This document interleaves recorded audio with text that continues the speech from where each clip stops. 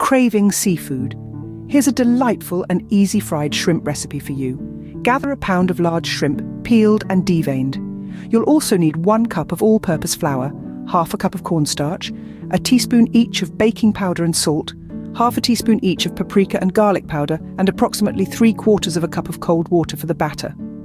Get your frying station ready with 2 to 3 cups of oil, depending on your pan size. For serving, have a lemon cut into wedges and finely chopped fresh parsley. Start by preparing your shrimp and making the batter. Dip each shrimp into the batter, allowing the excess to drip off. Heat the oil to 350 degrees Fahrenheit and fry the shrimp in batches for 2 to 4 minutes until golden brown. Drain on a paper towel, serve with lemon wedges and garnish with parsley. Remember, don't overcrowd your pan and make sure your oil is at the right temperature. Feel free to adjust the seasoning to your liking. Now, you're ready to impress with a batch of crispy fried shrimp. Bon appétit!